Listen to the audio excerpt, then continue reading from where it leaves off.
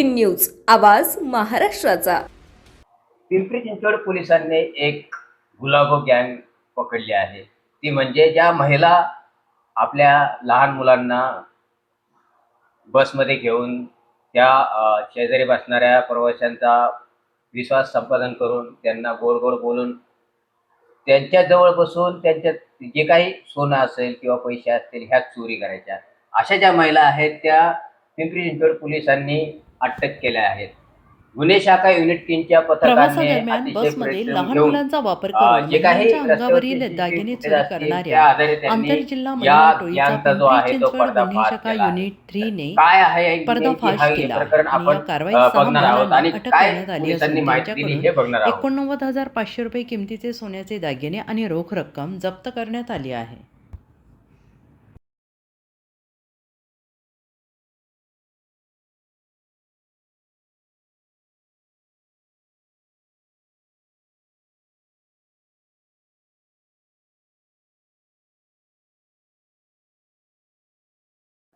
Sir काय सांगाल, एकंदरीत दागिने चोरी जे आहे ते पिंपरी चिंचवड शहरात मोठ्या प्रमाणामध्ये होत होती आणि काही तक्रारी सुद्धा प्राप्त झाल्या होत्या। तुम्ही काही महिलांना जेरबंद केलं आहे, काय नेमके आव्हान होतं एक दागिने चोरांचं आणि तुम्ही त्यांना पकडण्यात आलंय, काय एकंदरीत घटना आहे? नमस्कार, मी police inspector Santosh Kasbe, crime branch unit 3 Pimpri Chinchwad. शहरामध्ये बऱ्याच ठिकाणी सिटी बसमधून एस टी महामंडळामधून साधारणपणे 50-60 वर्षाच्या पुढील वयोवृद्ध किंवा ज्येष्ठ नागरिक जे असतील अशा महिलांचे दागिने चोरीला जात होते। त्याच्यामध्ये महिलांनी चोरी केली असं फिर्यादी तक्रारदार सांगायचे। त्यामुळे आमचे वरिष्ठ पोलीस आयुक्त, माननीय पोलीस आयुक्त विनय कुमार चौबे सर असतील, शशिकांत माहवरकर सर असतील, त्याच पद्धतीनं आमचे क्राईमचे सारंग आव्हाड सर असतील आणि DCP पवार साहेब आणि ACP हिरे साहेब यांनी आम्हाला वेळोवेळी मार्गदर्शन केलं आणि त्यानुसार काहीही करा, सध्या महिलांचे दागिने सिटी बसमधून आणि ST मधून जात आहेत।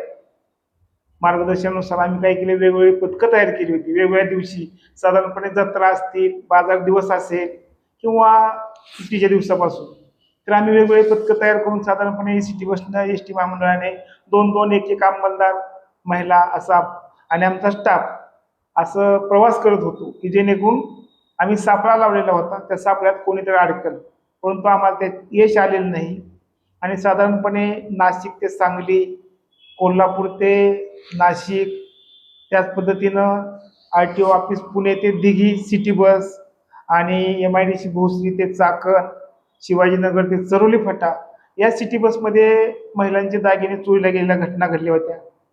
त्यानुसार आम्हाला दिनांक 12/3/26 रोजी एक घटना घडली की 5-6 महिलांनी वयोवृद्ध ज्येष्ठ नागरिकांचं सोनं चोरून नेलेलं आहे अशी तक्रार प्राप्त झाली।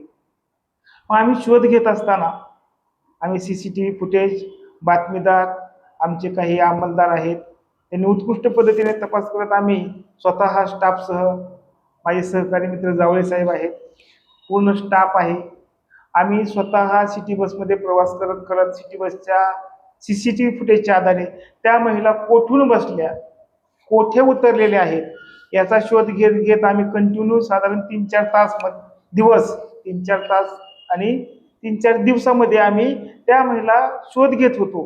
तर त्या महिला सिटी बसमधून उतरल्या, त्या चाकण चिंबळी येथे उतरल्या आणि नंतर त्या बालाजीनगर मार्गे शिक्रापूर रोडनं रिक्षाने गेल्या। रिक्षाने गेल्यानंतर परत त्या ट्रकनं प्रवास करून पुढे गेल्या आणि आम्ही बातमीदार नेमलेले होते, त्याच्यामध्ये आम्ही शोध घेत होतो आणि आम्हाला त्यामध्ये त्या महिलांपर्यंत जाण्यात यश मिळालेलं आहे।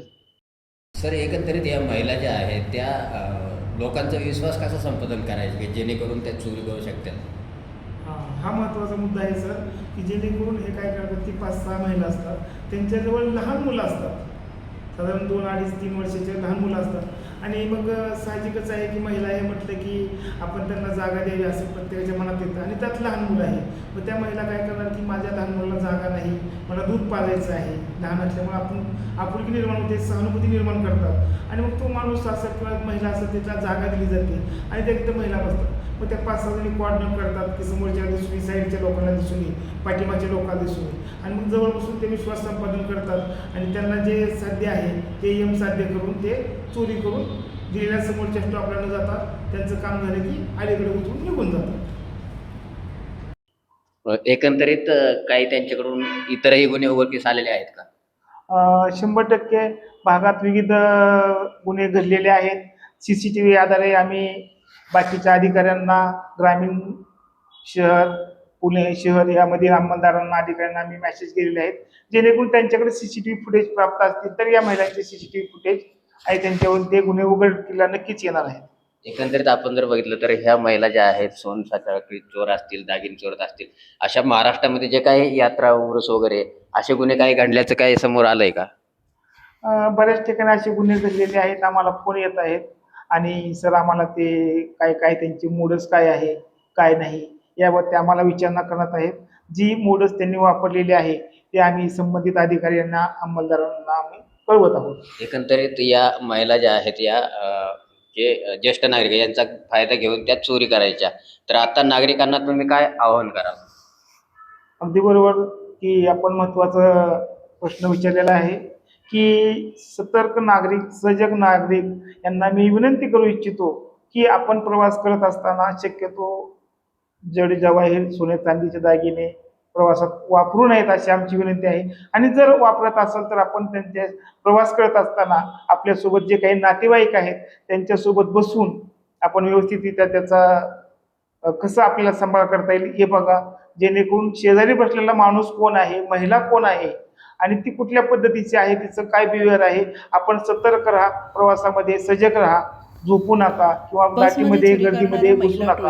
आणि तसं वेळीच आपल्या निदर्शनास आलं, कंडक्टर असेल, ड्रायव्हर असेल, पोलिसांचा काही 100 नंबर, 112 नंबर आहेत, त्यांना डायल करून तुम्ही सांगू शकता, जेणेकरून आपल्या होणाऱ्या नुकसानीपासून आपण बचाव करू शकतो. 500 रुपयांचे सोन्याचे दागिने आणि रोख रक्कम जप्त करण्यात आली. MIDC भोसरी पोलीस ठाण्यातील गुन्ह्याच्या तपासादरम्यान CCTV व तांत्रिक माहितीच्या आधारे जातेगाव शिक्रापूर येथील आरोपींना ताब्यात घेण्यात आले. चौकशीत त्यांनी गुन्ह्याची कबुली दिली आणि ही कारवाई वरिष्ठ पोलीस निरीक्षक संतोष कसबे यांच्या पथकाने वरिष्ठ अधिकाऱ्यांच्या मार्गदर्शनाखाली केली.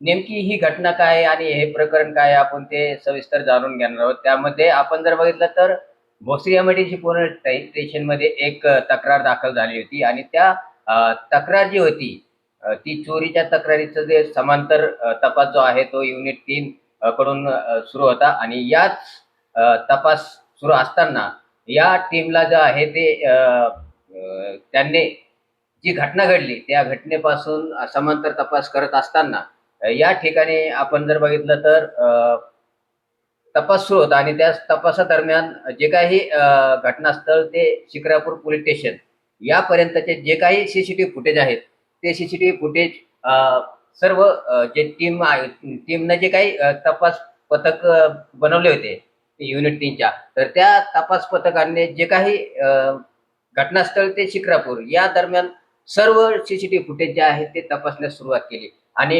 त्यामध्ये त्यांना आढळून आलं की काही महिला संशयास्पद तिथं त्यांचं वर्तन दिसतंय आणि त्यामध्ये मग त्यांनी तो पाठलाग केला आणि पाठलाग केल्याच्या नंतर त्यांनी जे तांत्रिक विश्लेषण असेल ते तांत्रिक विश्लेषण त्यांनी त्या ठिकाणी ते सुरुवात केली की नेमकी या ठिकाणाहून काही पुरावा भेटतोय का आणि त्यांनी परिश्रम घ्यायला सुरुवात केली आणि त्यातूनच जे काही संशयास्पद महिला ज्या आहेत ते त्यांना आढळल्या आणि त्यांना सापळा रचून एका जातेगाव म्हणून जे गाव आहे त्या गावामध्ये ह्या राहत असल्याच्या पोलिसांना जे काही बातमीदार आहेत त्यांनी सांगितल्याच्या नंतर यांनी युनिट 3च्या पथकाने त्या जातेगावामध्ये सापळा रचला आणि ते सापळा रचत त्यांनी अतिशय शिताफतीने या महिलांना, या 6 महिलांना ताब्यात घेतलेला आहे आणि त्यांच्याकडून अनेक गुन्हे जे आहे ते उघड होण्याची शक्यता आहे. कारण की आपण बघतोय की जे काही महाराष्ट्रामध्ये काही सण असतील किंवा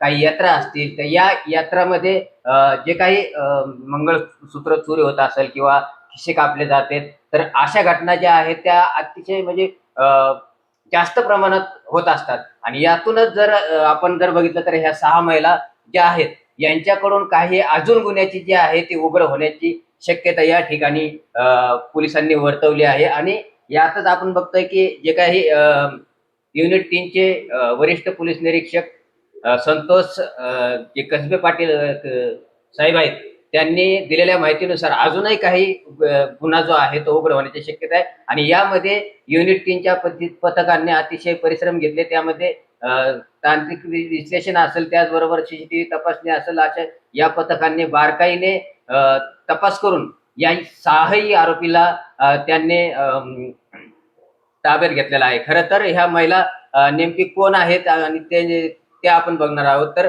अटक केलेल्या महिला ह्या छत्रपती संभाजीनगर मुकुंदवाडी परिसरातील मूळ रहिवासी आहेत आणि सध्या त्या शिक्रापूर जवळ राहायला होत्या.